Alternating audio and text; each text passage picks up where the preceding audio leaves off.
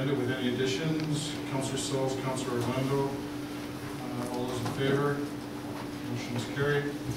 And I need a motion to adopt the minutes of the public hearing for zoning amendment bylaw number 2065.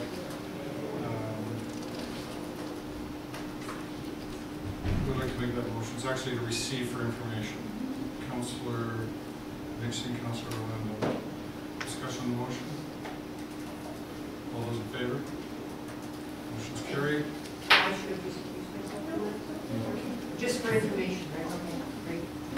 And public hearing minutes. Who would like to make that motion?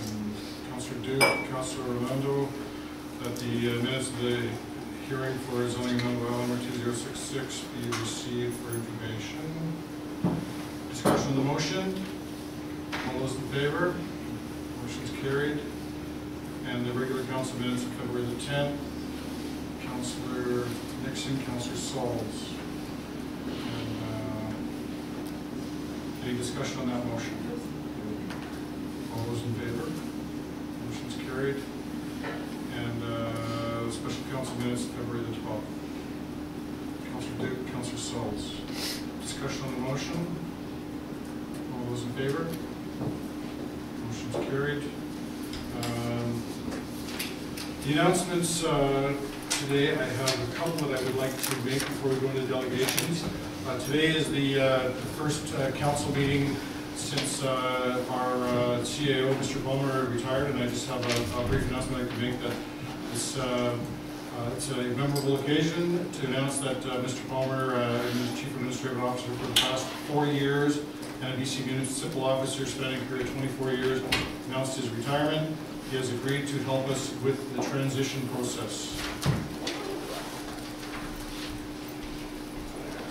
I'd like to also make a couple other announcements. One is that we've had a few unfortunate incidents of fires in the community recently, and one of these, the fire chief brought to my attention that some cabins were did not have smoke detectors in them, and I thought this would be a good opportunity to remind the community to making sure that they have smoke detectors, and if they do, with the changing of the time coming up, this is the time you're supposed to be changing your batteries in your smoke detectors. So I just wanted to put that warning out on behalf of the fire department, which is obviously very concerned about fire safety, and I just want to do my part to help them out as well. I was watching the news this morning, and then I saw that Emily Succi has won gold at the Prince George Canada Winter Games, and I just wanted to, you think you're in the legislature, this one you're in Victoria. But congratulations to Emily, and I was trying to find out if other residents of Revelstoke were participating, but I didn't have time to look that up, but I just wanted to pass on my congratulations on behalf of the whole community. Very proud of her. We have several delegations today, the first one being the Jill, the Social Development Coordinator. Jill, you have the floor. Thank you, Honorable Mayor McKee and councillors. Yes. I'm here today to address the municipal role in poverty reduction, but before I start, I'd just like to introduce Michelle Cole. Michelle is the chair of our poverty reduction working group, and she just has a couple of words that she'd like to say before I get going. Thank you, Mayor McKee and city councillors.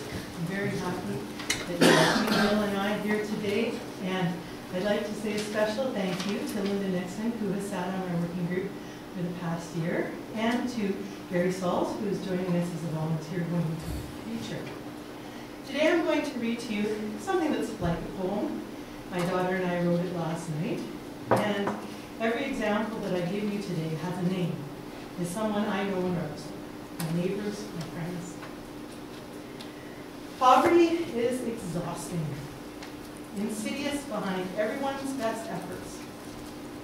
People anxious, lining up outside the food bank on Friday mornings, half an hour or more before the door opens. Old men praying their trucks will keep running because they can hardly breathe, let alone walk to where they need to go. grandmothers taking care of grandchildren, while parents work more than one job and still find childcare a challenge.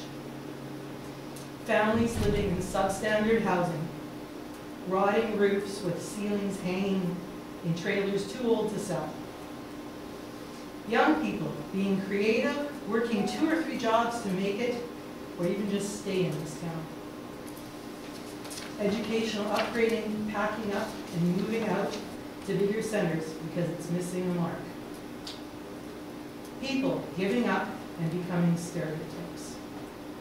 People who aren't stereotypes, wondering why it's not working, why they can't work year-round or make a living wage. It's time for us to walk and talk about resilient Revelstoke and to make poverty reduction a reality.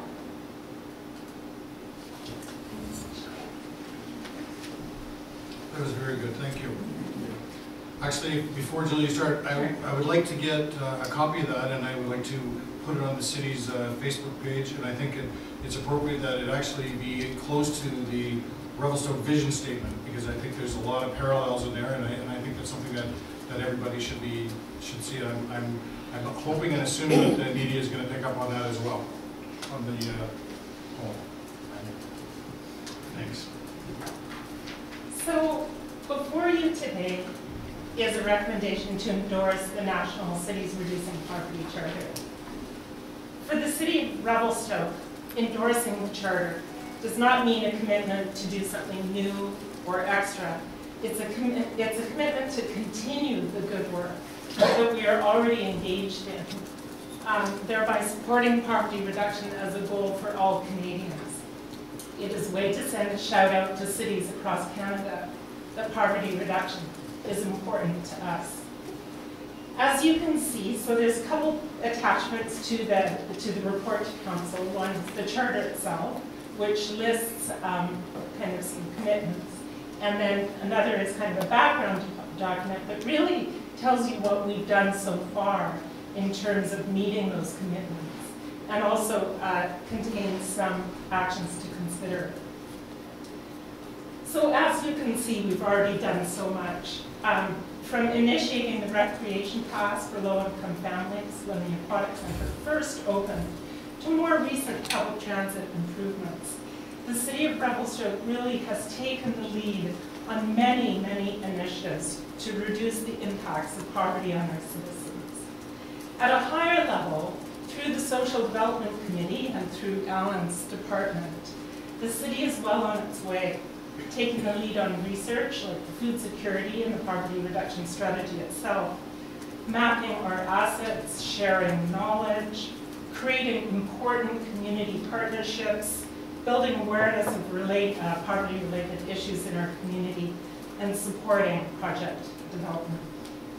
As well, and I think I mentioned this last time, but it really is important, as well through dialogue with the Columbia Basin Trust and other communities in the basin, we're really helping to build regional support and momentum for poverty reduction work throughout the basin. So through the Columbia Basin Trust, Revelstoke is a member of the Vibrant Canada's Community Network, which is behind the city's Reducing Poverty Charter. And with CBT's support, I just found out that I'll be attending and representing Revelstoke in the first ever National Poverty Reduction Summit in Ottawa in May. So this is like really exciting. It's a very exciting learning opportunity for Revelstoke, and I hope to bring lots back from that. I'm actually going to go a whole day early because there's a whole day of meetings just on the living wage. So that should be really interesting. And anyhow, I'd just really like to publicly thank the Columbia Basin Trust for their support.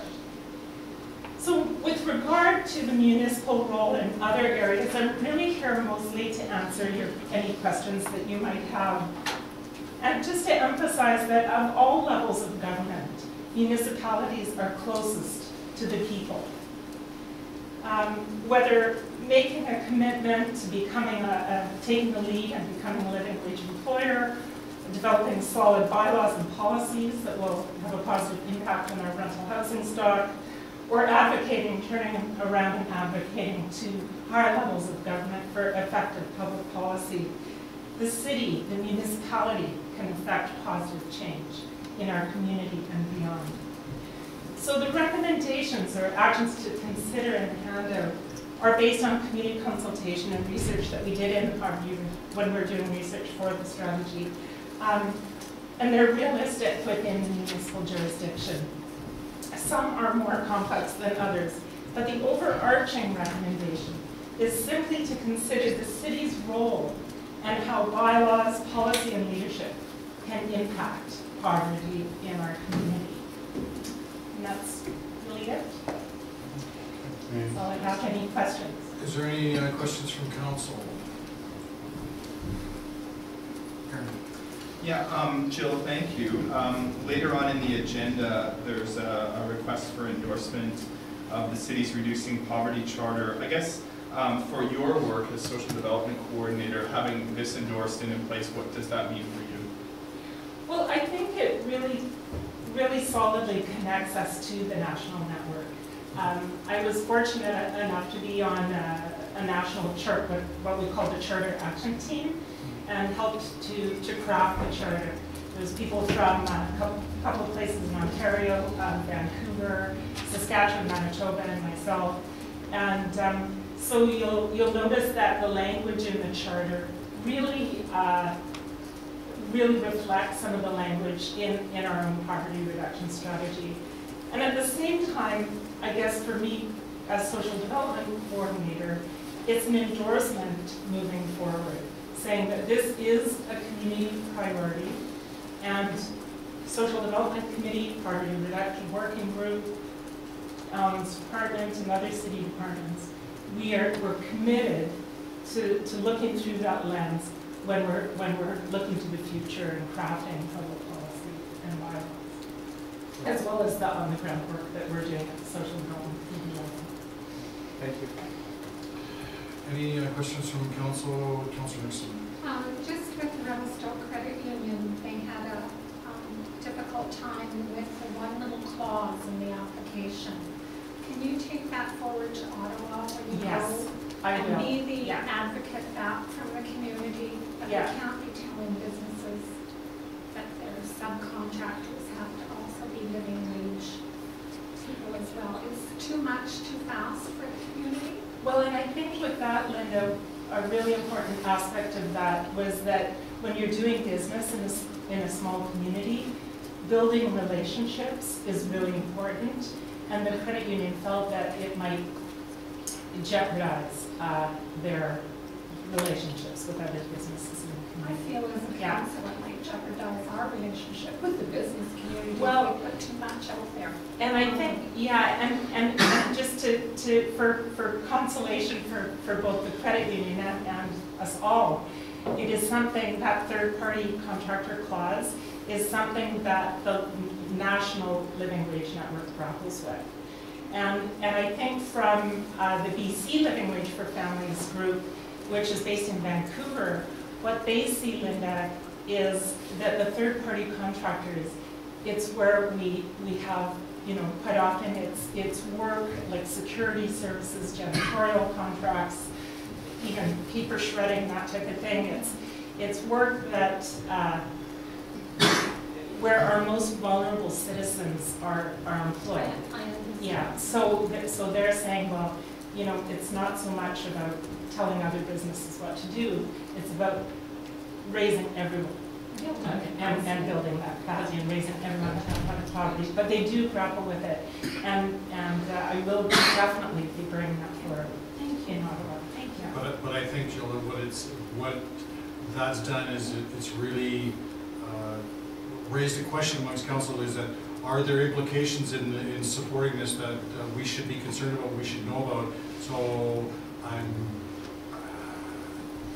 I think that's got to be something that the council has to be comfortable with, and And that's just the living wage certification thing.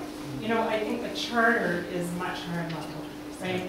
The charter itself is like, this is a commitment basically to continue the work that we're already doing and into the future, and say that this is a high priority for our community, which it has been identified in the ICSP The high level concept is completely supportable. It's just that, are there anything as you dig down that creates implications for the city, and that's where some people have a few questions and they want to make sure that we're not signing on to something that we're going to regret later on. Concept is not a problem. It's the devil's maybe in the details and may not. But so there is a little bit of concern there, and I'm not sure what council's going to do, but we may need a little bit of time other than today to actually endorse it. But I see that it would be nice for you to be going to Ottawa in May with this under your belt, and I think that's the goal that we should be achieving. But I just want to give you a little warning. I'm not sure what's going to happen at the table, but Okay. I want to make sure everybody's comfortable with what we're doing. But concept is great. It's something that I know the council keeps in the back of their mind when it's going through its decision-making process. Well, and in the background, that's why, because there are these things in the charter that it says we commit you to, when you're signing on, you make a commitment to this. So this is why I kind of broke it down into those areas and said, well, this is what we're already doing in those different things. I think the question that the city has to ask itself is that how many contractors, subcontractors, and people doing business with the city that we don't have control over, and especially when it comes to the living wage, how far-reaching is that, and how much more background work does staff have to do to ensure that if council endorses it, that's what's being followed. And I think that can be separated from the charter. Like the charter, the living wage certification is a whole different ball of wax, and that's why we put potential actions to consider, so. But the whole concept is very good, and it's great to see. Does anybody else have any questions for Michelle? Good. Thanks very much for coming, and thank you for the poem. It was really good. Next delegation is the Chamber of Commerce.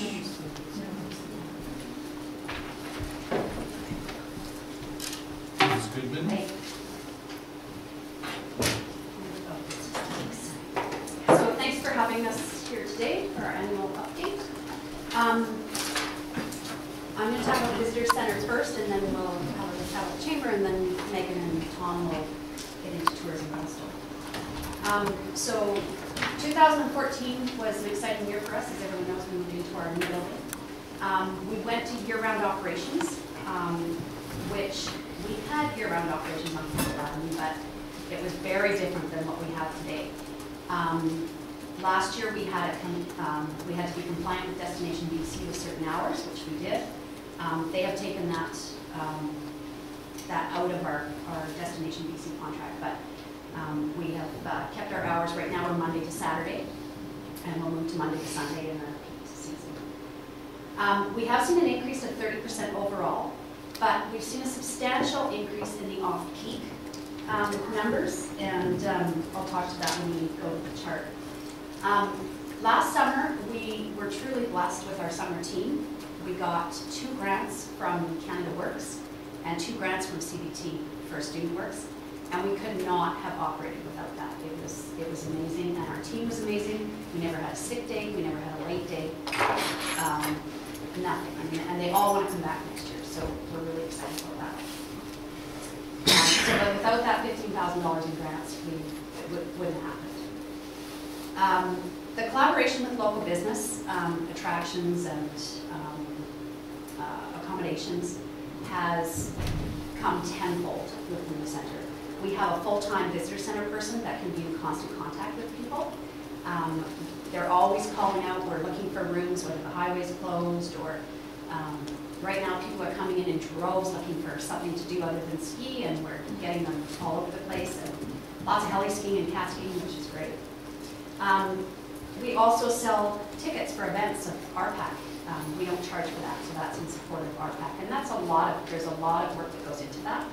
And we're able to do that because we have 2 full-time people there to pull that off. We did go through comprehensive sales training with our summer group, and now with our new team. And we do have a new team, if people aren't aware. Lee's retired. And we have Lorraine Bruce, which is awesome. She's just been great. and our visitor center girl, Michelle, got a job at Parks in HR, which is for field, and so we're excited for her. And we now have Mariette full-time, and she's fantastic. Bilingual. The Japanese students were here from the school, and Elmer came in as a school board director, and he said, well, we said, well, bring the Japanese people in, and he said, well, you don't speak Japanese, and Mariette said, well, I only studied it for 10 months, and I've only been, 8 months in Japan, so I'm not great at it, but, so that was awesome. We're still trying, we're juggling, we're trying to limit our retail products, because I believe that our function is to support the businesses and the people in Revelstoke and the community. And so we have to have some retail products to make it work, to make some extra money. We have local products. We have PM jewelry. We're going to have lovemaking shirts. We just met with Someone today, so our summer t-shirts will be done through Someone. Local books. So we try and do that, but we will have a small retail things. And of course, in 2014, we did have a very limited retail base. So this is the chart of our numbers. And the interesting part about this is the off-season. So if you're not familiar, in 2013, we had a summer visitor center, which is now a very large liquor store in Victoria. And so we had extra staff in the summer. But February through April, and really end of September through to December, we only had the Campbell Avenue office. So you can see the difference in the numbers here. There's no way we would have been able to accommodate that many people in the Campbell Avenue office. And we weren't attracting the right number of people there. So when visitors come into the visitor center, we've got a captive audience. So we can upsell them, we can get them moving around town, we can get them staying longer, and we do. And people say, oh, I didn't realize I could do that. So it's a big plus for us to be so visible and have so many people coming through our doors. We just today installed, I don't think it's running yet, but the electric car charger in front of the visitor center. So if you haven't seen it, check it out. It's pretty cool. And that was donated by Peace Fire. So 2015, obviously we were going to continue our year-round operations, less restrictions from Destination BC. That might not be a good thing. Time will tell what Destination BC is going to do. They are having an open house here on March 24th. That will be publicized through the chamber, and it's regarding the tourism funding for British Columbia, and we encourage people to come to that. It's Best Western, 11 a.m. to 2, I believe, on March 24th. We have Mariette full-time, which is awesome. We have 2 part-time. Drew is a CBT student. Our summer staff will be coming back. We've applied for our grants. We're hoping, we know we've got Columbia Basin Trust, so that's great. And again, to the other points, Columbia Basin Trust has just been awesome for us. Very supportive. Collaboration with local businesses. So I was chatting with Stephen Hume, and Stephen actually says, when are you changing your hours, when are you staying open later, and I'm going to stay open later. So he actually wrote us a letter, which is kind of cool. I won't read you the whole thing, but he said, there's a good correlation in increased traffic to my business and the hours of operation of the visitor center as well. So much so that we try and synchronize our store hours with the hours of the visitor center.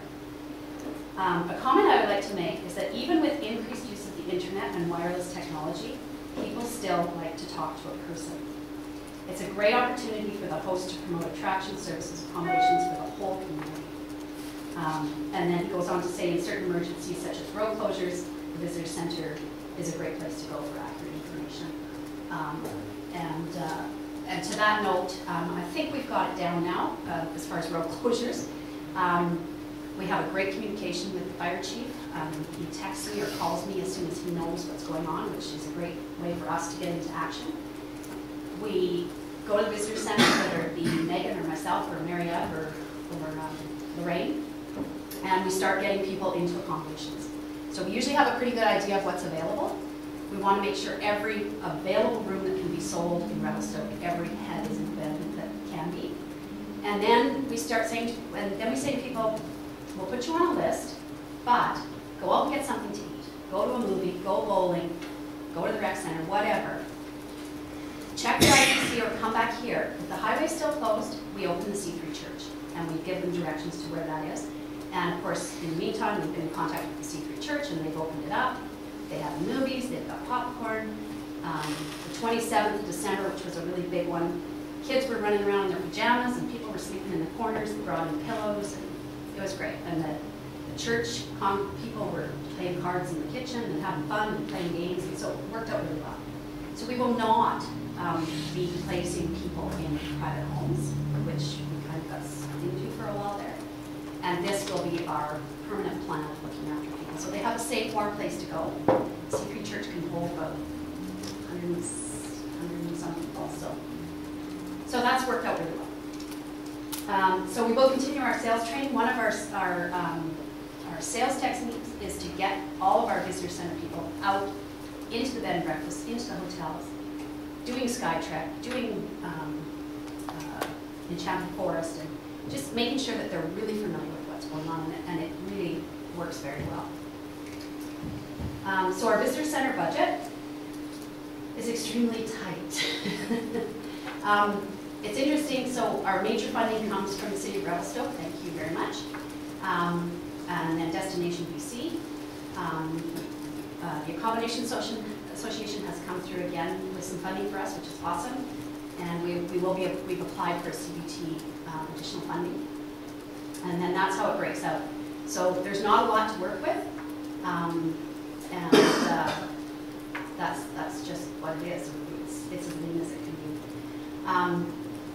When we talk about city funding, I've only been here 4 years, but my predecessors tell me that that number hasn't changed in over 10 years. And our costs have gone up in 10 years. Our payroll costs have gone up, our costs have gone up. So we're going to talk to you about that when we get some time in your heads. So the chamber. We are going to continue with our 3 strategic initiatives that we've had in the past year. Membership is key to us, keeping our existing members, but also getting new members and listening to our members, making sure that we are providing value through events, through networking, programs through the chamber, all sorts of different stuff that we do. We believe the labor market survey and the business retention and expansion survey, which are both, thank you to Alan Mason, are going to give us a lot of information that is going to give us tools that we can help our existing businesses. And not only existing businesses, but talking about what can we bring in that's a complementary business to things that we don't have in town. I call it the Scott Duke list. We have a retail advisory group that has come a long way. Do you have any retailers here today? We meet once every couple months, sometimes once a month. The collaboration has been fantastic. Right now we're working on how we can bring down transportation costs for products. We're already planning the spring sidewalk sale. We've got a whole bunch of stuff in the works. We have started a downtown committee for the chamber, so that consists of downtown business people and how they want the downtown to look. And we do have a builders group that we haven't been real active with, but we're going to try and get them together. It's a tough group to get together. Our networking business meetings, so we have the monthly luncheons, and now we have the last Friday of every month, the last Thursday of every month is a business after business. It's a drop-in at the Legion at 5 o'clock. So the Legion's excited. We're excited to support the Legion, and we're hoping that we can get people out and networking. And we will have different topics sometimes. This Thursday is just straight social business after business, 5 o'clock.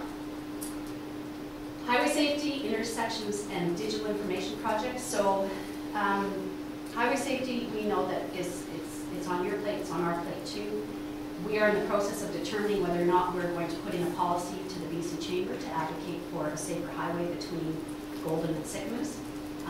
We might be able to pull it off this year, I'm not sure. We'll keep you in the loop. Intersections, it's a big concern for businesses on the highway. It's a big concern for businesses downtown too. People drive by and they see that everything's congested and you can't get in or out, and they keep on going. So we need to fix that intersection of highway.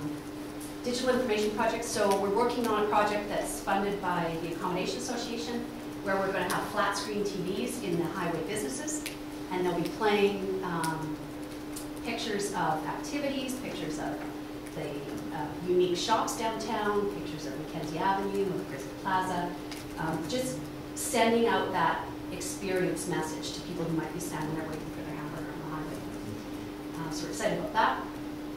Signage, we want to continue. We really want to get some wayfinding signage downtown. We've tried this in the last couple of years, but we really want to get that happening. And we want to see a really nice industrial park sign and a big Eddie sign for businesses there. And we're going to continue to advocate for a fair business property tax rate. And the streamlined development permit process, we're really, really pleased to work with the team. It's been a real pleasure to work with him. So this is the chamber budget. Again, probably as tight as it can be. Chamber programs is things that we get through the BC Chamber, so our benefits program, merchant services, that kind of thing. Events, projects, and admin, that's things that our awards banquet, and the golf tournament, different things that the spring trade show that we did last year, and so just various things. So yeah, that's that. Do you have any questions? Any questions from council? Just one. Judy, how does the downtown committee of the chambers sort of overlap or meet with the enhancement committee? So now we haven't, the terms of reference aren't finalized yet, but the thought process is that this is a group of business owners. It's going to be chaired by Nicole from Big Mountain because she's a board member of the chamber, and co-chaired by Randy, who's our president this year, Randy Director, if you know that. And it's a think tank for business owners and retailers and restaurants that are downtown, how they want to see downtown. So it's going to get into things like events and promotions and how can, and light ups and those kind of things. But it's also going to be, what can we do to make our downtown better, or what can we do to make our storefronts better, that kind of thing. So and they would, if it was a bigger project, they would bring that forward to the enhancement committee. And Randy sits on the enhancement. And Randy sits on the enhancement committee. And then the enhancement committee would bring it to council. So it's not a committee that would be dealing directly with you. It's more, and I see them taking a lead in the retail advisory group as well.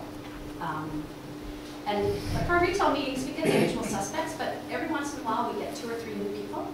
And our last meeting, I think, was 14 people. So it's been, I'm really pleased with the way they've come together to work together. And one of the things that's come out of that is doing promotions together. So when we do a Moonlight Madness or something, the chamber does all the advertising. We go to 106 Stoke FM, Times Review, Current, Revd, doing Revd. We do a poster, we do distribution, and then we have 15 retailers that have agreed to pay for that, and we invoice them back out.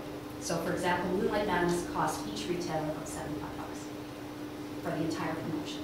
So stuff like that only happens when people come together, which is what they've done. So it's exciting. Any other questions or comments from council? Thanks, Judy. I think that with the new location and the setup you have, I would think that the Revelstoke Chamber of Commerce is the envy of a lot of Chamber of Commerces in the province. Especially with the... You know what, not only that, but the Business Information Center. I mean, the resources that we have there are really amazing. I was just going to say that, but you jumped in. And the Work BC is having a job fair next week, following week. And we've got a table, and we're going to be there with community features, so talking about Business Information Center, not just the chamber or just features. So it's great. Well, I think other than asking for the increase, I think it was an excellent presentation. Oh, it's just a heads up. And just Thanks, adding to Louise. that, I'd just like to commend Judy and your team for doing such a great job, because I think, the increases in the visitors to town, to a large extent, are as a result, as a result of the chamber making all of the efforts, and Rod, and all the group. So, it's just, as chair of the Economic Development Committee, it makes our job a whole lot easier, and it makes the city look like a star. So I appreciate Well, it. just wait till you see the next one. Thank you. Thanks. Next delegation, Tourism Revelstoke.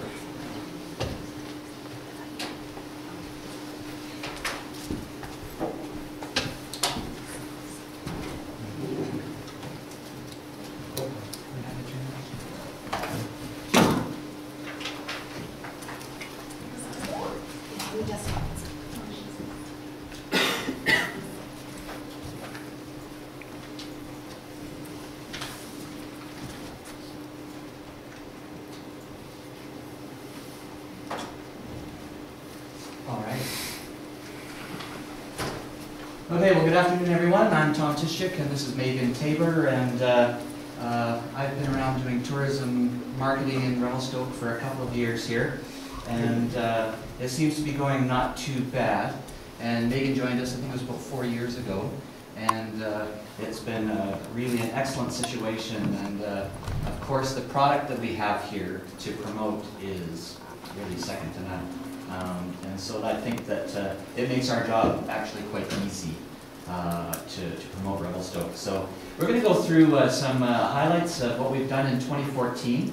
And just to give you a quick little background, you know, we've got the Revelstoke Accommodation Association and the Chamber of Commerce. And out there in the marketplace, there was a bit of confusion over time as to who they were supposed to deal with and who was going to pay the bills and so on, depending on the initiative.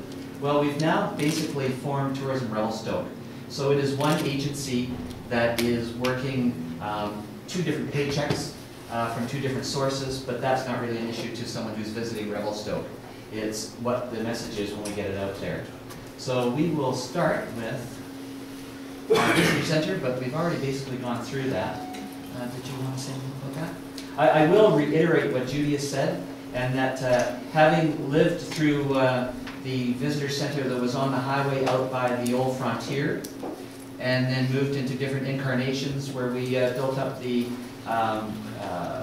Avalanche Center, put a new front on that in Grizzly Plaza, and to where we are now has been an amazing evolution of a visitor center.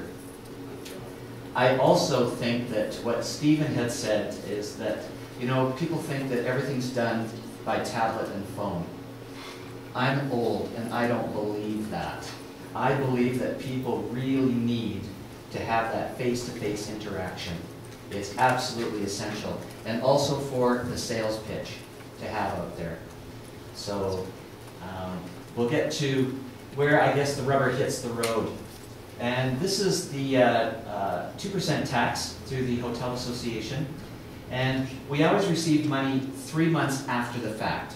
So I've been able to get October in there, and you'll see essentially that every year we have done an increase, more or less. Now if you look at August of this year and then September, I think it's a little wonky, and I believe that that was a bit of an anomaly as to when money was actually remitted to government.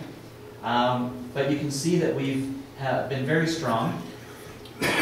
And I actually took the liberty of adding in what I thought would be for November and December, kind of off of the last couple of years, and put into what 2014 would be. And we would be around $475,000, or $474 and change. So to date, we've brought in just over $2.4 million in 2% tax. Now the good thing about this is that we leveraged that money significantly. So that 2.4 million could easily go to 3.5 million, no problem, just by the way we leverage with either partners in the community, through agencies like Kootenay Rockies Tourism Association, or Destination British Columbia. So some marketing highlights. We go to a lot of consumer trade shows, and I think that also reiterates what I was saying earlier about going and doing that face-to-face interaction. And we go to motorcycle golf. Mark has been to the motorcycle show just this year in Vancouver. But we also hit the US, New Zealand, and Australia. Megan's done a wicked job of bringing in events into the community, and those are pre-packaged events, and she'll speak to those in a little bit. We also sponsor the ski shuttle and airport shuttle. Those are essential to my sales when I go to any show or when I work with travel trade. Absolutely essential. We have to keep those in place. Print initiatives, although we're not doing as many as we probably did in the past, we're still doing things like print ads and billboards, and we partner with Kootenay Rockies on a fair bit of that. Web, Megan is the minister in charge of the web and social media. And then our promotional and collateral material. And we've done, well, Megan has done an excellent job of the vacation guide, city map. We do an accommodation guide that we use for travel trade. And then hiking, biking, dirt biking, museums and gallery. Those are all maps, brochures that we've produced with the local agencies. And then media and travel trade. Coming up is Mountain Travel Symposium, Canada Media Marketplace through the Canadian Tourism Commission, and the Go Media Marketplace, which is also through the Canadian Tourism Commission. So, shows. There's a list. I won't go through all of them, but I will say that it is a blend of shows that go from our regional area, which I would say was, Calgary to Vancouver. We head out to Ontario, which is a very strong market for us. And then we're also aware of the Pacific Northwest, Seattle corridor down to San Francisco. Also, though, we partner, and the Revelstoke Mountain Resort partners with Silverstone Mountain and Sun Peaks regarding the Australia and New Zealand market. And we'll be doing a similar show situation coming up this year.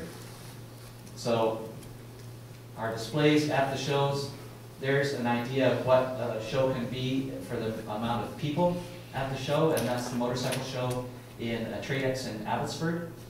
They bring in around 35,000 people in 3 days. Ottawa. This gentleman here, this was in San Francisco at the Snow Bomb. He walked up, and there he had his Revelstoke t-shirt on, so I had to get a shot of him. He was a good promo, and of course beer was involved at that show. And then Megan also does outdoor shows.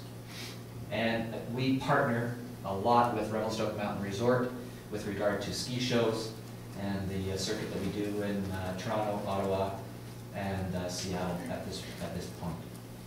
And then we also take flat sheets promoting the package, packages that are available through our accommodators with lift and stay. So now, Megan's going to discuss events. Yeah, so some of our event highlights from 2014, I'm not sure if any of you guys had the opportunity to take any of them in, but they're pretty spectacular. We have the Five Peaks Trail Running Race. They'll be joining us again this year at the end of August because there's a bit of issue with snow and them not being able to do the exact route that they were hoping to do. But they'll be up at R&R again this year. Single track 6, we had about 400 to 500 racers plus family in for the last stage of the 6-day stage race. We tried to encourage them all to stay on for the long weekend. It was a bit of unfortunate timing with the Glacier Challenge and basically everything happening, but we couldn't have it any other way. It was just really great to get 400 plus avid mountain bikers to see our trails and eventually come back to ride them. Some of the spin-off of these events too that we don't really realize is that people will come and ride these trails and run these trails before the event to get a good idea of what they're going to be racing. I was in the single track 6 and I went to all the other communities to ride those trails and spent money in their communities. So I can only imagine how many more people would have come to Revelstoke before that race to use our trails as well. We had the North Face 30 Feet, and they'll also be coming back again this year at the McPherson Trail Circuit. And we also had the BC and Cooney Rocky Enduro Race. They won't be back this year, but they're hoping to come back next year. Same with the single track 6. They won't be back this summer, but they're hoping to come back next summer. So yeah, we definitely like to welcome them and any more events into town. We're always happy to work with people that bring the circus to us. It's the easiest way to do it for us. Okay, so ski shuttle. As I mentioned earlier, the ski shuttle is essential, and the Revelstoke Accommodation Association supports financially the local shuttle to the amount of $25,000. And we also have supported this year the airport shuttle. Just so you know, just this month, up to the 18th of February, the local shuttle has handled 8,188 people. So if you think about how many cars have been reduced going up and down to the ski resort, it's phenomenal. So I really, again, think that this is an essential service. We absolutely need to have it. And when I do my sales trips, all of the wholesalers are looking for shuttle service. Not only from the airport. That's absolutely important. But also within the community. When we say we've got a free shuttle for hotel guests, they go, really? Wicked. That's exactly what they're looking for. So, next. Okay, so print initiatives.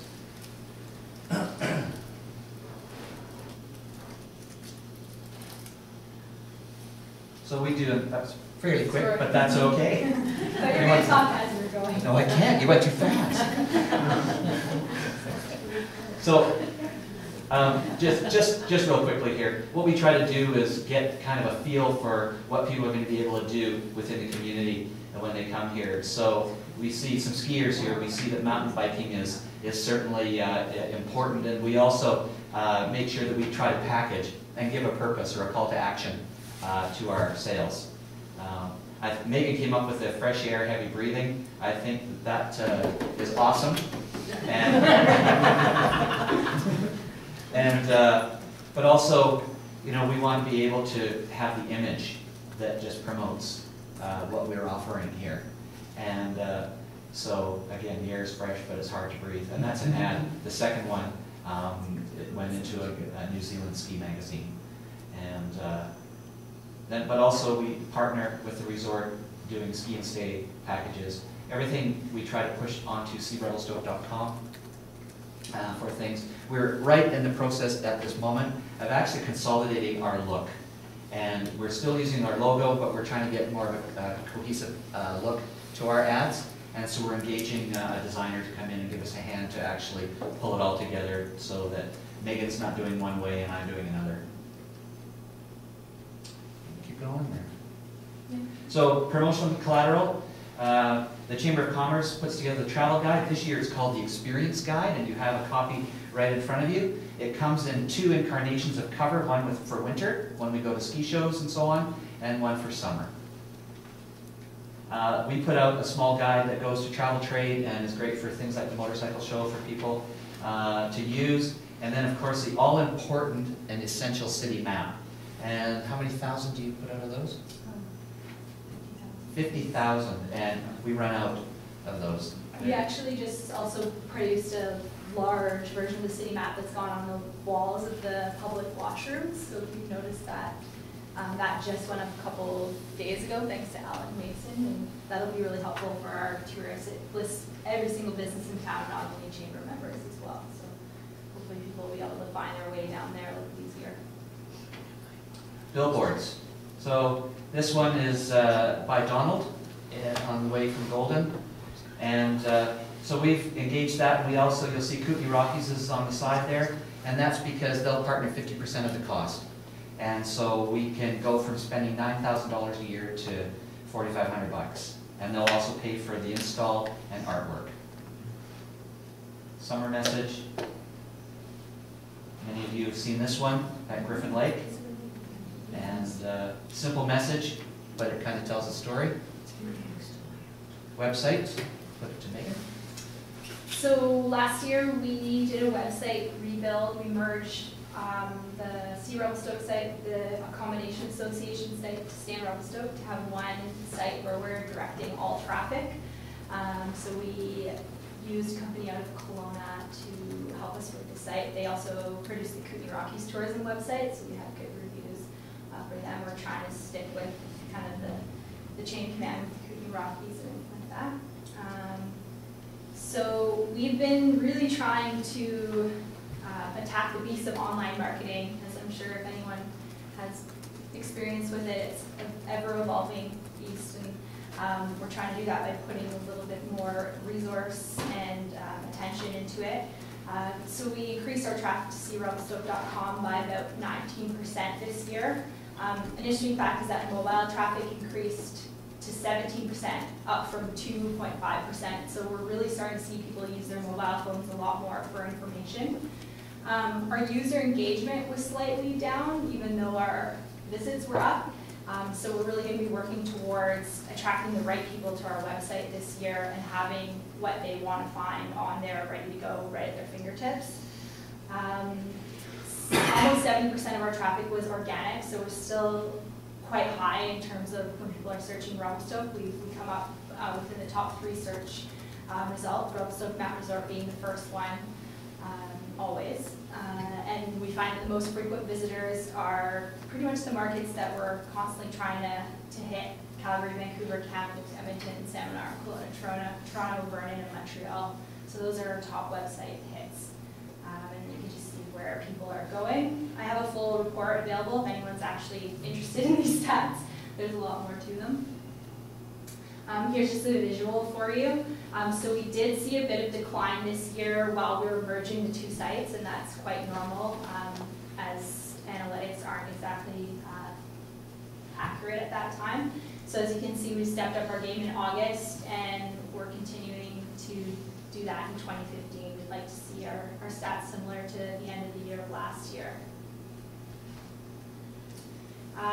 Again, we're trying to penetrate the social media market as well, which is another piece on its own. So we've increased all of our following in terms of Facebook, Instagram, Twitter, YouTube. You can see our YouTube views have gone up, and we've increased our newsletter subscribers. And I imagine in 2015 we'll just keep increasing, because social media is one of those nice stats that always increases, as long as you keep doing things. So we'll be putting more energy and resources into that in 2015 as well. Tom, talk a bit about media. So you have in your package there as well, there's a printed piece that has a listing of all of the media stories that we could round up within quick time that have been dedicated to Revelstoke. This just doesn't happen. We have to go out there and nurture that. And so there's a couple of ways we do that. One, through media, and I'll just skip down to the center, which is Canada Media Marketplace, and also Go Media Canada. Essentially what those are is with travel writers. You have 38 appointments, you sit down, and you've got 12 minutes to sell your community. And you are with a huge ballroom full of people doing exactly the same thing, because every one of those people thinks their place is the most unique and best on the planet. So is it challenging? Absolutely. Do you have to pull out some hidden guns sometimes? Absolutely. All those things are necessary in order to make this place attractive for those writers. Now, we do have advantages over a lot of places. One being the location and the scenery that we have here. Absolutely phenomenal. We've got national parks. Absolutely great. We've got the history. We've got the support of that history through things like the Railway Museum. But we also have leaders now with Revelstoke Mountain Resort for our winter product, and soon with more interesting developments for summer product coming down the pike. So they're always looking for something new. If anybody in this room has an angle or something that would be new, send it to me, because I take all of that and they get a USB card that has all of these story ideas on that. And it's a lot of work, but we do it. Now, Mountain Travel Symposium. This is for travel trade. And it's broken into 3 sections with incentive travel for groups. It goes into travel trade, which is basically the ski resort or whatever selling to travel trade wholesalers. And then there's group. And those groups, right now there's 134 ski clubs and groups registered for this.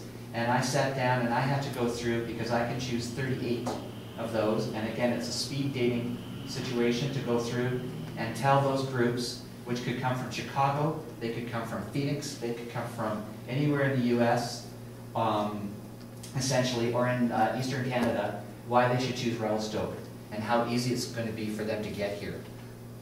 And I always say it's extremely easy. Just a couple more things on the media too, is that type of exposure you can't put a dollar value on. It's insane the amount of coverage an article can give your community. As an example, I'm sure you guys have heard of the new Bike magazine article that Bruno Long put together. So it's a 16-page spread in the most powerful bike magazine probably in the world. And that was done because we collaborated with him and Lorraine and the magazine to support their trip here. Tom put in money for their heli drop and that kind of thing. So the amount of money we spend on that is minimal in terms of the exposure we're going to get. And in this year alone, I've seen more media come through Revelstoke than I have in the last 4 years that I've been working here. So it's really important that we keep nurturing those media relationships that we've created. Yeah, it's absolutely true. We take them out for dinners. We do sponsor them for different things. They're all, you know, you think that they're looking for a free ride, but when it comes down, that 16-page article, that could be $100,000, like no problem of support, and it probably costs us maybe $3 grand or something. It's just like not even, we don't even blink twice. Now we work a lot with Destination British Columbia, Kootenay Rockies Tourism, and Revelstoke Mountain Resort to support media that come in here as well. So you've got in your package, you've got the various maps that Megan has produced. Dirt bike, we work with the Revy Riders in Front County, BC. Both were essential to get this map done. And I have to say that at the motorcycle shows I just went to in Calgary and Vancouver, that was absolutely the most popular piece, was the dirt bike map. And we're working ATV, we're working on that, and golf brochure. Megan talked about the ones at the washrooms, and then the highways flat screen project that Judy has been working on. And then of course the new, as you have in front of you, experience guides. So, e-projects, I know I won't go through every one of these, but there's a number of things that we're doing, and I invite you to talk to Megan about those items. And then, you've all seen, but have we all seen?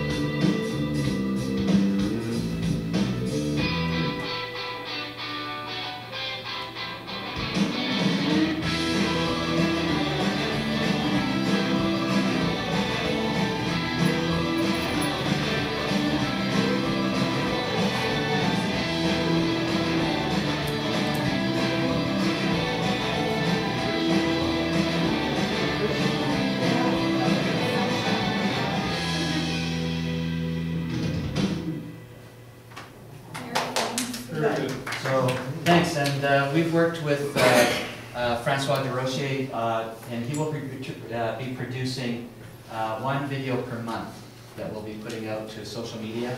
That video I will be showing in Australia. I have an opportunity at the ski shows to do a presentation, and that will be shown there. I was going to say that was just filmed last week, but that would be really stretching. More artistic license on that one. Once there was a time. Real quick here, we're just about done. These are in-kind marketing to the city that the chamber has done for different projects. And almost lastly, these are the partnerships that we do with various agencies in and around Revelstoke and the province. There will be some changes that are coming down over the next year with Destination British Columbia. I'm on the Tourism Marketing Committee for DBC, and we've just had some meetings, and it will be an evolutionary process for the 2016 fiscal. But we also work with RMR, the Golf Club, Rowdy Riders, and so on. And my picture's been highly photoshopped. And here we go. And any questions? And Megan looks exactly the same, yes, with her skirt. I invite any questions if anyone has anything. Otherwise, we're happy to answer them at any other time. Questions from council? So one question is that with the Canadian dollar evolving the way it has, are we kind of directing more into the States to try to Absolutely. Give those people a deal? Yes, we are actually. For example, just coming up in about a week and a half, I'll be down in Spokane promoting Revelstoke for them to come up here for summer product. We're going now more focus into the Seattle, not so much Portland, but Seattle, and into the San Francisco areas. San Francisco being the new hub for United Airlines to fly directly into Kelowna. So we'll be doing that. Also, we're in discussion with RMR with a bit of money that I've held in reserve to look at some new areas, whether we look at the eastern states and to see if there's going to be any potential there to bring some people in from, say, Boston, Chicago, and those larger centers. So yes, we are. And we're also, I'm just working on right now a little project with both Nelson and Rosslyn to promote that things are 20% off. And that's because of your exchange. Very impressive. Yes. Good job. Thank you. Thank you. Megan, too. Great. Thanks, Megan. She's a lot. Thanks, Megan. Thank you. Is there any business arising from the minutes of the regular council of February 10th? Just if we can ask staff to bring back a report on the chicken bylaw, please. On really what chicken bylaw? Chicken bylaw. The chicken bylaw. Thank you. That's not the one where I'm afraid to go there, like, no, I got a chicken. Chicken and everything else. I see everybody making notes on chicken notes. Is there any business arising in the special council minutes of February the 12th? Moving into old business. Okay. To recuse myself, so we're doing vacation rental stuff here. Vacation rental. Who would like to do this? Councilor Lando. Sure. So 8A, that zoning amendment bylaw number 2061, being a bylaw to include vacation rental in a R4 high-density residential subzone district being adopted. Motion by Councilor Lando, second by Councilor Nixon. Discussion. All those in favor? Motion's carried. Who would like to? Want me to keep going? Sure. Keep Okay. going. We don't need to Scott. No. Okay. 8B, that zoning amendment bylaw number 2062, being a bylaw to allow for vacation rental use, be adopted. Motion by Councilor Orlando, seconded by Councilor Sells. Discussion on the motion. All those in favor? Motion's carried. I have to recuse myself for C and D, security-client relationship. You can keep Councilor Duke company. Yes. Councilor Orlando, you want to keep going? As soon as the door is closed, or? All right. 8C, that the public hearing summary for rezoning bylaw number 2065 to add vacation rental use for 817 Silver Avenue be received. Motion by Councilor Orlando, seconded by Councilor English. Discussion? All those in favor? Motion's carried. And the next one, 8D, that zoning amendment bylaw number 2065, being a bylaw to allow for vacation rental use, receive third reading. Motion by Councilor Orlando, seconded by Councilor Nixon. Discussion on the motion? All those in favor? Motion's carried. We could probably let everybody in now. Thanks, Karen.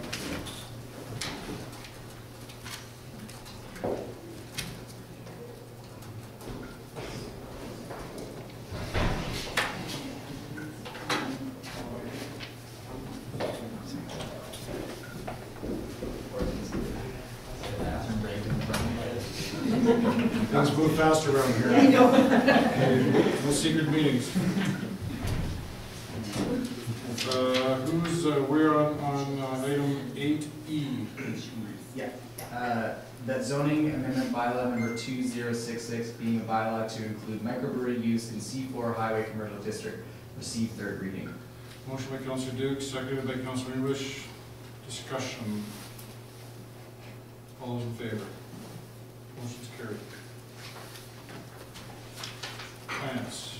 Your worship, I'll bring forward that all outstanding rent, accrued interest, and applicable taxes owed by the golf course to the city of Revelstoke be written off. I'm just bringing this forward for discussion purposes. Yes, you can do both at the same time? Yeah, and that staff be directed to draft a new lease for the golf club that eliminates any future rental obligation.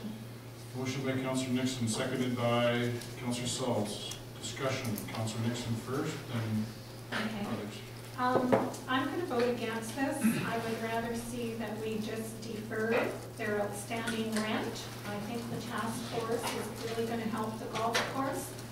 And then in 6 months or a year, we can revisit how they're doing, and they can maybe come up with a plan to repay the citizens of Revelstoke the money owed. Councillor Brothers.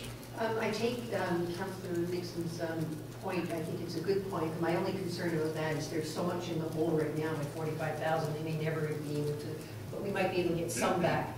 But my other point is that I'm concerned about the suggestion that there be a lease that eliminates any future rental obligation. How long does that extend for? I think it's got to be limited to a certain period of time, and we can review it then. Okay, I think that's a good point. More discussion on the motion. Councillor Sauls. I understand the point of writing off the rent because they don't have any money, and I'm all for us not beating a dead horse here, that we can just carry on and give them that. And then second to that is basically, as we go on a little further, doing that task force so that we cannot continue to write off their financial obligations, but they need to put something in the plan to go forward. I just wanted to make that statement. I'd like to make a couple of comments. I am going to go in favor of this motion. I think that I've been meeting with the golf course. I've been giving it a lot of thought. I thought that putting the task force together is the best thing. The idea is that the golf course has to be put into a sustainable position where it's not on the backs of the taxpayers, and doing what it's supposed to be doing, which is providing top quality recreation service to the community, but also as an economic development generator for the community. It should be drawing tourists off the highway, getting them to stay here longer, and I think that we have a good facility. I think we have a facility that the community is proud of, and I just don't see any point in burdening them with a lease that they can't pay, because I would rather that they would be doing what they have been doing, which is paying down their debt. And so what's the point of us collecting money from the golf club that we can't afford, and them not making less payments on their debt, or making no payments on the debt, or their debt increasing? So I think that we should get it to start with a clean slate, and we should get them moving forward and being run like a business, and that's the whole purpose of this task force, and I'm looking forward to it moving forward. I think one comment around the table was that you can't get blood from a stone, and I think that the whole purpose of the exercise is to get them off the backs of the taxpayers. And I'm not saying that they are on it, other than what is being owed. We have a responsibility and obligation as a community to look after the clubhouse. It's our building, and if there's serious problems with it, we are going to have to address those serious problems and find out what's going to happen. But again, I'm looking forward to the motion after coming later on with setting up this task force. But anyways, that's everything that I've got. Councillor Brothers. Further to everybody's point, I just want to suggest that maybe we forego the lease payments for 2015, but certainly review it. I think the task force is mandated to bring something back by the end of the year, and maybe we can look at then again as to what we do. But I agree with Councillor Nixon and Councillor Schultz that we have to be careful that we just don't let them off the hook for their responsibility, which is to run a good operation. Councillor Lando. Yeah, for the benefit of those in the gallery or maybe watching on video, this is one part of two things we're dealing with on the agenda for golf. So later on, we're looking at the task force. Right now, we're looking at waiving the fees. I join the mayor in supporting writing off past issues, but if there's a desire for a friendly amendment, like suggested by Councillor Brothers, to look at ways of watering down the future statement, I think that would be great. I'm of the feeling that the city for, I don't know, I'm gonna get caught out in this, 80 years has had a really good deal on the golf course, but it's coming to a head now with some issues, and we're trying in a concerted way to deal with this. And what the plan is going to be, I think, is something determined by a multi-stakeholder task force, if that's supported today by council. But certainly, if we want to work on this and tweak the future statements, I'd also be supportive of that. The comment around the table is talking about setting a time limit on the lease. If the mover and seconder, I would like to say 2 years, because we're going to be, the task force won't be set up until this golf year is already set. So if the mover and seconder are okay with that, it's your motion. I'm okay with setting that time limit, but we have a relook at it. Secondary, you okay with that? That's you, Gary. Oh, yeah. Yeah. So we're just amending the motion to a 2-year lease timeframe. Councillor English. I would just like to be able to continue to analyze the golf course's books and maybe have that coming back to council so we can keep an eye on what's going to be more than just once a year. I would like to know what's happening there on a regular basis, maybe every 6 months or quarterly, if that's possible, so that... Well, you're in luck. I could appoint you to the task force. You have intimate knowledge of what's going on. I think that's the whole point, is that the city is not going to turn its back on the golf club. It wants to be there, it wants to help, but it also wants to get the golf course into a sustainable future, and if possible, making money and doing the other things that we think that the golf course should be doing. That's the purpose of the task force. Thank you, Your Worship. So I think that we are going to be intimate from now on. Is there more discussion on the motion? Councilor Lando. Was there an amended motion? Do we have the wording to that? It's just basically, we're setting the term of the lease for 2 years. 2 years, okay. And I asked the mover and the seconder if they were all right with that. Rather than amending the motion, it was a friendly amendment amongst the mover and seconder. Sure. Good. Just trying to cut, I'm trying to go a little bit, Any more discussion on this motion? All those in favor? Motion's carried, thank you. We got an update on the Mountain School. Dean, sorry. Thanks, Dean. Mr. Strachan. Thank you, Worship.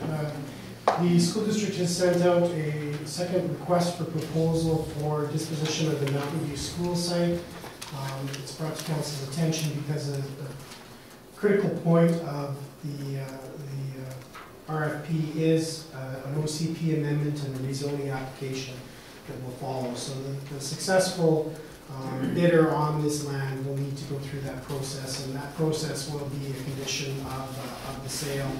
So council in the next month or 2 months will be starting to hear more and more about the site. In development services, we're anticipating some of the potential purchasers to be arriving, seeking information about what our thoughts are on the future site. This is not thoughts in the detail of what specific development should occur, but what the OCP has in place currently, what types of designations are available, and what potential zoning options there are. Thank you, Richard. Any questions from council? There's going to be more to come. Thank you, Mr. Strachan. New business, Jim. Thank you, Your Worship. I would like to bring forward that the mayor and acting CAO be authorized to sign the transfer under agreement between the province of British Columbia Ministry of Justice and Attorney General and the City of Revelstoke commencing on April 1st, 2015. Motion by Councillor English, seconded by Councillor Sauls. Discussion on the motion? Councillor Brothers. I don't quite understand what it means. And before I vote on it, I would appreciate if someone could elaborate for me exactly what this is all about. Through your worship. Yes. So the city applies for funding through the province for the victim services program, and this is just a transfer under agreement awarding the money so we can disperse it. Thank you. You're welcome. Any more discussion on the motion? All those in favor? Motion's carried. Golf Club Task Force. Your worship, item 9A, that a task force be created to assist with planning for the long-term sustainability of the golf club. And should we do both? Yes. That staff be directed to review the structure of the golf clubhouse, seek professional advice as required, and bring back to council a report by spring of 2015. Do you think we should do those in two motions? Yes, they can be. Okay, so we'll separate it. So the first one is that the task force created to assist with the planning for the long-term sustainability. Councillor Orlando, Councillor Nixon, second. Discussion on the motion. I think we've gone around on this a little bit with the previous motion on the golf course. Anybody's got any other comments you'd like to bring up? All those in favor? Motion is carried. Second motion, Councillor Orlando. That staff be directed to review the structure of the, I move that staff be directed to review the structure of the golf clubhouse, seek professional advice as required, and bring back to council with a report by spring 2015. Councillor Nixon, second. How's the dates work for you with that? Your worship, we were out of the golf course just this week, and there's still quite a bit of snow around the building, so if we want to get in there sooner, we would have to move some snow. But certainly from inside the building, we should be able to do some preliminary investigations here. So I expect that we'll be able to get a report back to council in the next month or so. Okay. So spring-ish is good enough? It's not really spring yet, is it? I know. Have you looked outside? You know, if you want to look at Tom's video. Questions on the motion? All those in favor? Motion's carried. Where are we? Here. I'll move this 9C. Move that zoning amendment bylaw number 2068 being a bylaw to establish comprehensive development zone 16 receive first and second readings, and that a public hearing be held at 2:30 p.m. Tuesday, March 24, 2015 in council chambers. Motion by Councillor Duke, seconded by Councillor Sauls. Just wanted to refresh myself on the address of this.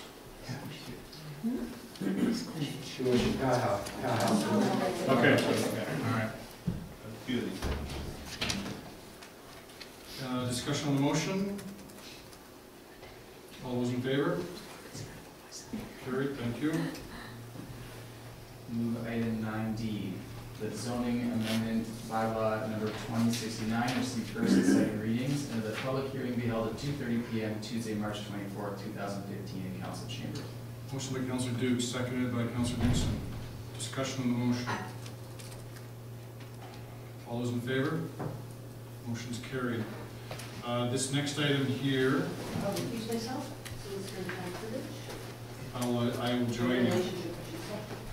One of these pieces of property, one of my brothers is a minority shareholder in, and I'm going to recuse myself as well and ask Councillor Nixon to take over the chair.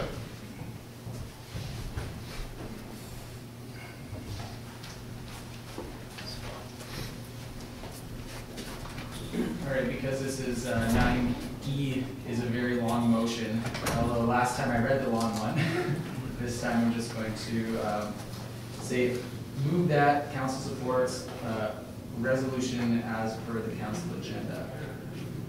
For the annexation on Catherwood Road to the city of Revelstoke. Looking for a seconder. Councillor English. discussion? Anyone? All in favor? Carries. All the back now.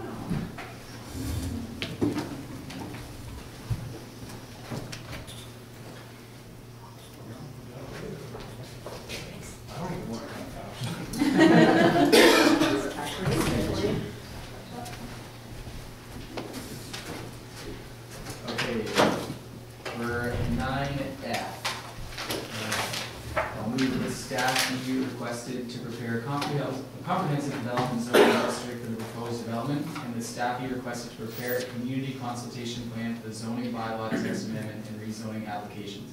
And the staff report back to council with the proposed comprehensive development zoning district, the consultant plan, and the recommended conditions.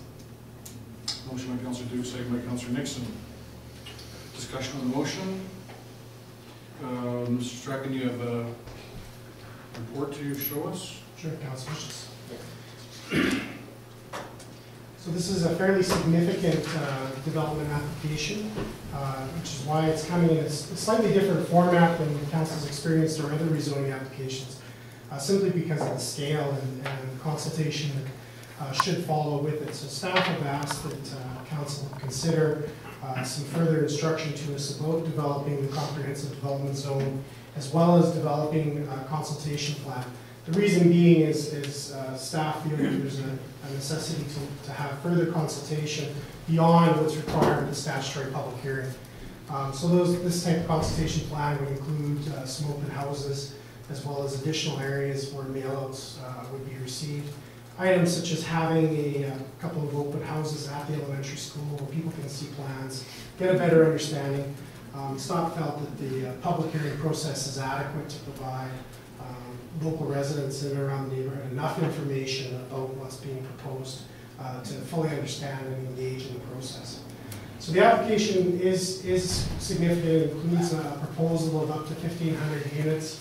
The variety of units is quite significant, and it moves from high density up close to Nickel Road, with a component in the lower portion here, which would include not just residential, but a commercial ground floor piece, as well as moving density further out. So further you move away from Nickel Road, the proposal is to reduce the density until you get to the outside edge with single family, or as they propose, duplex components, which would blend with the neighborhood. So the intent being is to blend with the existing development by having similar development on the edges of the site and keeping the density closer to the busier area adjacent to Nickel Road. So the development is broken into a series of different, what would be subzones of the CD zone. They've currently proposed these subzones. You'll see in your package quite a bit of detailed information. We asked them to provide as much detail as they felt they could with the application, so we had a good sense of where they're coming from and what their objectives and goals are for each of these little subzone areas. When we develop the comprehensive development zones, they may not match what's being proposed in the applicants. There will be changes to the application or to the zones that fit better with where we're looking at with land use planning in the community. But it's great that they provided that much detail on concept and objectives, because that allows us to take a full look at why they're doing what they do, and hopefully we can help them in shaping those zoning districts to still maintain those objectives and goals, but fit better with what we propose for the future of Revelstoke. So they started with some very key points, and that's what's on the ground, what's on the site, what's there now, what's been said about the site in the past through community consultation, what's been said about it from neighboring property owners, and they did take that into consideration and sought that information quite early in the process, which is great to see. It's good to see that organic growth of idea from the land up usually results in a better plan. And you can see that plan reflected in some of their drawings, such as their connections and the trail connections following those existing natural corridors, those corridors of travel that exist for access to the school, for example. And this portion of the trail has been identified as a critical component for the neighborhood, for school kids traveling to the school.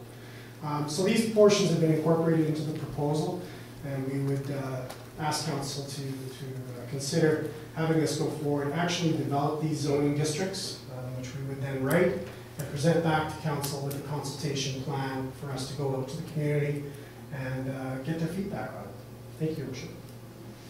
Thank you. Councilor Brothers. What are the building height restrictions in that development? That's what we're developing. So you would likely look at a format that would begin with a 4 to 6 story, which is your low rise, still stick built component for your A and B, which are the lower high rise, call high density component.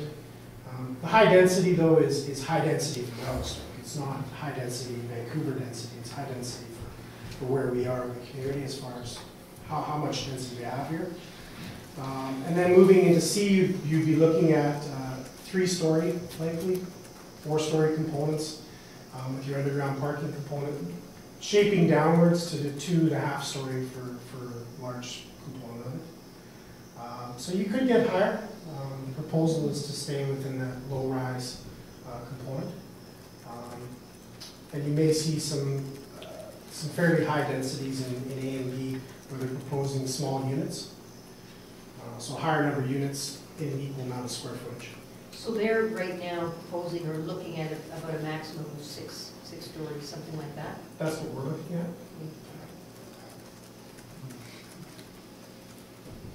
Questions from council. Councilor Nixon. I just really appreciate that they went back and looked at the neighborhood's input, because I was one of those neighbors last time we were talking about that land, and I really like the idea of the park buffer that they're using between Bioteki and this new subdivision. I think will be really important. Councilor Mando. Through the chair, just a comment. I'm glad we're looking at an augmented consultation process. It's big numbers, and it's really proposed here. It's really important that we get that right. So I'm looking forward to the plan. Any more discussion? I have to echo that. I think this is great going. The extra mile on the consultation process, I think, is really going to pay off in the long run. Any more comments, questions? All those in favor? Motion's carried. Thank you, Mr. Strachan. 9G. I'd like to bring that forward, please. Motion by Councilor English. That staff be instructed to proceed with bylaw enforcement action on vacation rental properties only if a public complaint related to vacation rental use is received. Motion by Councilor English, second by Councilor Nixon. Discussion on the motion. Councilor Brothers. I have some concerns about this. I see the benefit of dealing only if there's a public complaint, but on the other hand, what I'm concerned about is the people who have gone through the trouble of applying and spent the money and the time and the energy are expecting that everybody should go through the proper process. So if we don't enforce that, then are we encouraging people to be like the people who haven't gone through the proper process? And that's my concern. I think we should look seriously about enforcing across the board. I mean, we have a bylaw, we should enforce it. Councilor Rando. Through the chair, are you waiting to do a presentation? No, okay.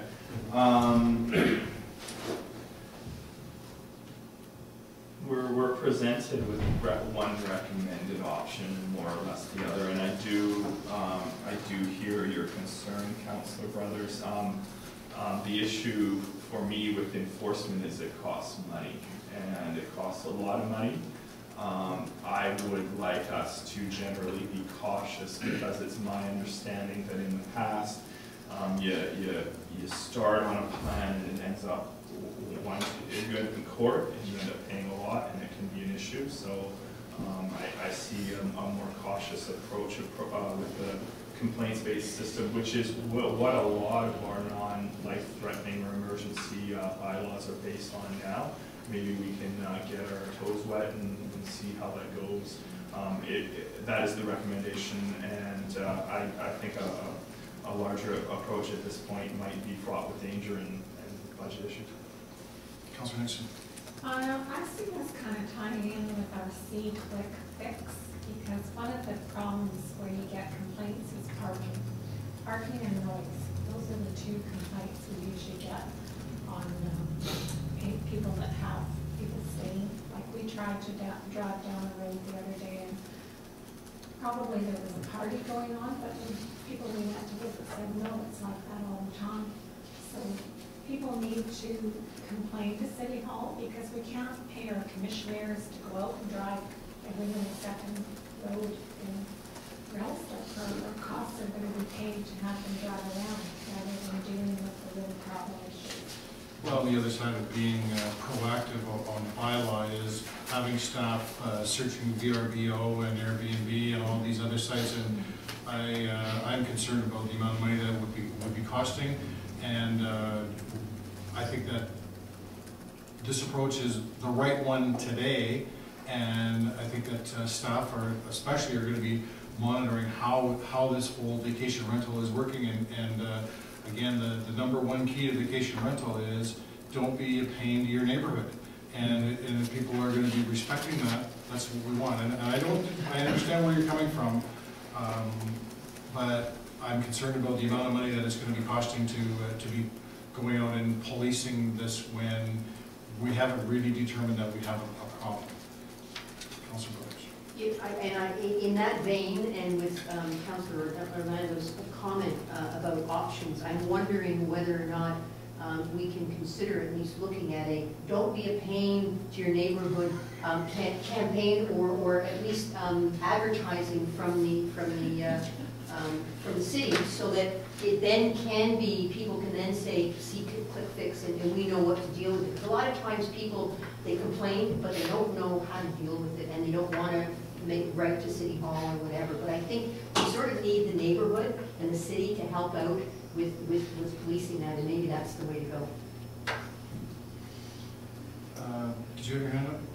No, I was just going to say, with the See Quick Fix, we are setting it up for vacation rental companies, so if there is any complaints, they can come through that, and I think that it's a lot less expensive when you have the community self-policing, and I agree, I think it's going to be a good program. Don't be a pain in the neighborhood. That's what We do that on the tickets. yeah, don't be a pain in the EPD neighborhood. Councilor Leonard. Yeah, I just see we've got an opportunity to see how it goes, and this doesn't limit us, and maybe we can give it a shot for now and get some experience on how it works. Exactly. Mr. Schreck. Your Worship, we are scheduled to report back to Council in July of this year on the bylaw and its effectiveness, and would at that time also be reporting on the number of complaints received and the number of actions taken by staff on vacation rentals. And we might have some Quick Fixes to look at. We certainly have that. Motion's on the floor. Is there any more discussion on the motion? All those in favor? Motion's carried. Thank you.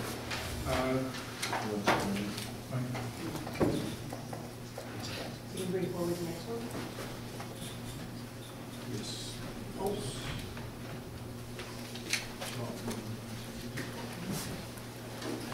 Let's see. Go ahead. Number 9H, that City Council endorses the city's reducing poverty charter. We have a motion by Councilor Brothers, seconded by Councilor Orlando. I guess this is part of what Joe was talking about earlier. Since nobody had their hand up, I'll jump in. I would like to just defer this, making sure that staff have had a good opportunity to go through this to see what if there's any implications. I don't think there's any question that people don't support poverty reduction, but I think that we should have all the answers before we jump in and go 100%. And knowing that Jill is going on this trip, I think it's extremely important that this get resolved as soon as possible, because I think we want to make sure that we are behind this thing when she's going out telling the rest of Canada how it should be done. Okay, so Councilor Randall. Yeah, I think that's great, and I'll support that. I did speak with Jill about it today. This started at the Social Development Committee and has gone through Economic Development. I asked for clarification, and in the document here you have the city's reducing poverty charter, the color PDF, And then down below, there's a black and white document where the motion at hand is to support the color one. I know the one at the bottom has a lot more specific financial implications in it. But yeah, I would support having staff take a look and give their input on it. So I'm looking for a motion to table this to the next meeting. Councillor Nixon, Councillor Sells, no discussion on the table motion. All those in favor? Motion's carried, thank you. Do we want to specify who should be looking at this? Staff will decide that amongst themselves when they meet and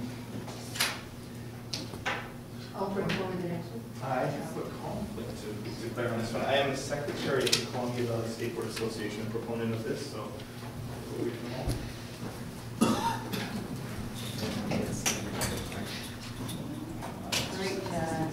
Number 9I, the site plan 3 for Quebec Park be endorsed.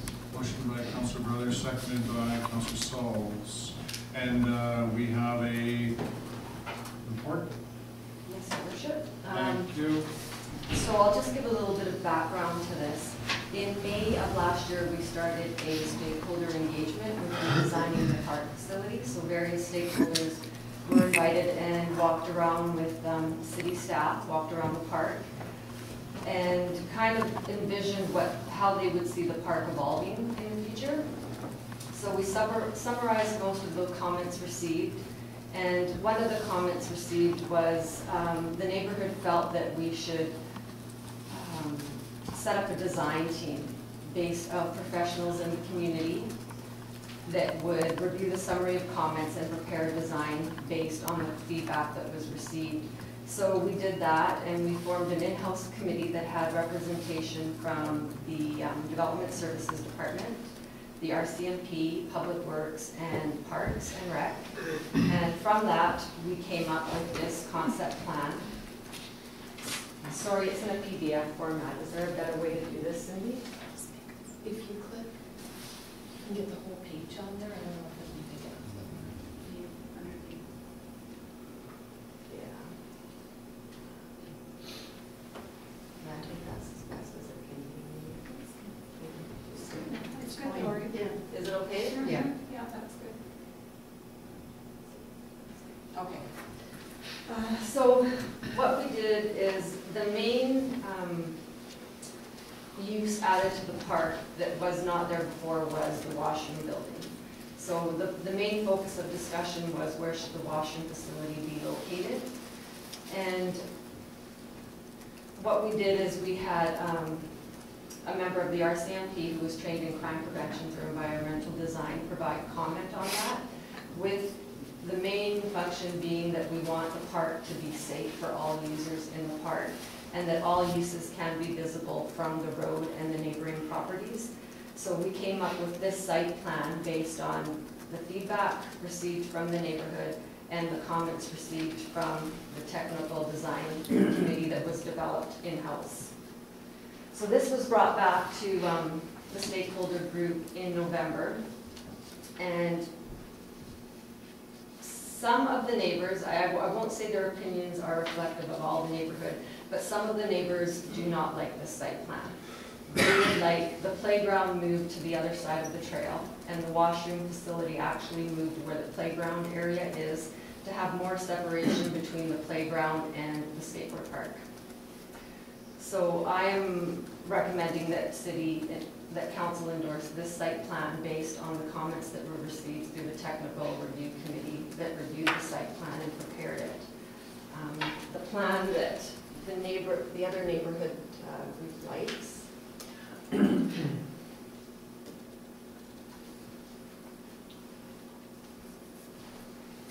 You'll see the washroom is located on the other side of the trail. The cost difference between the two plans is basically the same. There is a cost to relocate the playground equipment, but it's almost equivalent to the cost to service the washroom facility on the other side of the trail. So cost is not really a factor in deciding which of the two site plans is more appropriate for the park. It's really about what is the best use of the park space and how we can keep the park safe for all users. So are there any questions? from council. Councilor Nixon. Just Lori, with that design team for the skateboard, will we have to keep him the flexibility that we might have to revisit this in case they get sort of a long flowy part so that they stay within their, 20,000 square feet that we talked about? But maybe not just in that. Through your worship, I don't think we'll have to revisit the site plan. The 20,000 square foot bubble is already identified in the site plan. So that's pretty much the region they'll be in. And you'll see there's an informal walking trail in between the two uses, as well as just natural green space between the two uses. Councilor Brothers. So the main advantage of the other plan, the flip, is a security issue. That's really what we're talking about. Yes. Okay. And the services are already in that area? Yeah, they're at the road, so we would have to bring the services into the park. So that cost already exists, whether the washroom facility is on the north side or the south side of the trail. It's the moving of the existing kids' park, playground. Yeah, and then if we keep the washroom facility on the south side of the trail, you have to extend the services that much further, but that cost is almost equivalent to relocating the playground area to the other side. Councilor Sills. So when you went back to the community, was the majority of the community in favor of Plan 4 or Plan 3, do you recall? So in November, there was 4 vocal residents that were in favor of Plan 4. And the majority then in favor of Plan 3, or didn't matter to them? It didn't matter to them. So basically, cost-wise, either way works.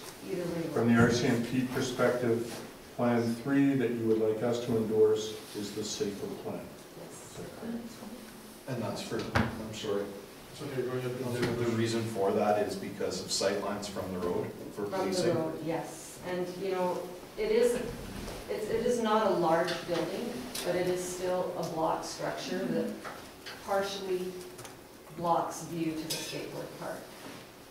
And one of the main concerns raised by the neighborhood initially was increase of crime and different activity in the park. And this will help make sure that that space is visible from all angles of the park.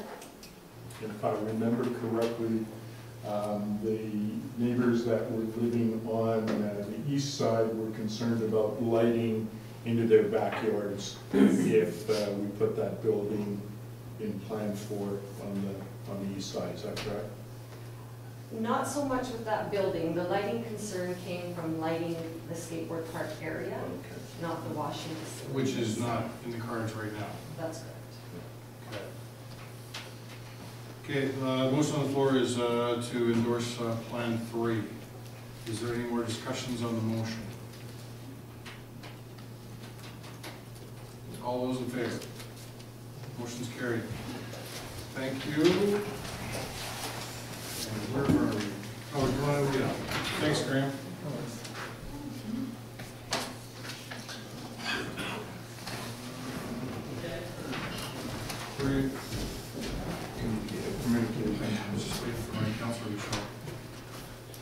We're into item 10, communications. The first item is, does anybody have anything they want to bring up of animal control monthly report? 2014 fire annual report. Again, check your smoke detectors, make sure your batteries are changed. And fire prevention month-end report. Parks and Recreation Culture month-end reports. Revelstoke Community Housing Society minutes of December the 8th and the 15th. Public Art Committee minutes. Economic Development Commission. Finance minutes. Questions from the media? David? I have none today, Your Worship. What? Alex? Just scanning through my notes to see if I had anything down, but no, I think I'm, yeah, no questions. Emily, show them up. Ask a question. Just don't ask me anything about math. Okay. No questions? No, fine, thank you. Am I allowed to ask a question about something that's not on the agenda? Ask it, then we'll see what happens. Just regarding the RCEC fire, do we have an update on how it's impacting? Especially, I know there was questions about the surrounding the aquatic center. Do we have an answer to that? I think what they're scrambling to do is they're scrambling to get a temporary boiler set up so that they can get back online and provide heat to all of their customers. Is anything different than that? Anybody got? Lori? Your Worship, I can explain what's going on at the rec center. We have a backup boiler at the rec center facility, so we were hooked up within an hour to our backup system. And on the aquatic side, the pool temperature is 1 degree cooler than normal, and our hot tub and tots pool is shut down right now. So the lap and leisure are still operational, and we're just 1 degree cooler. Anything else, Alex, even if it's not on the agenda? No, that's it. Okay. I'm looking for a motion to go in camera pursuant to section 90.1C and K of Community Charter.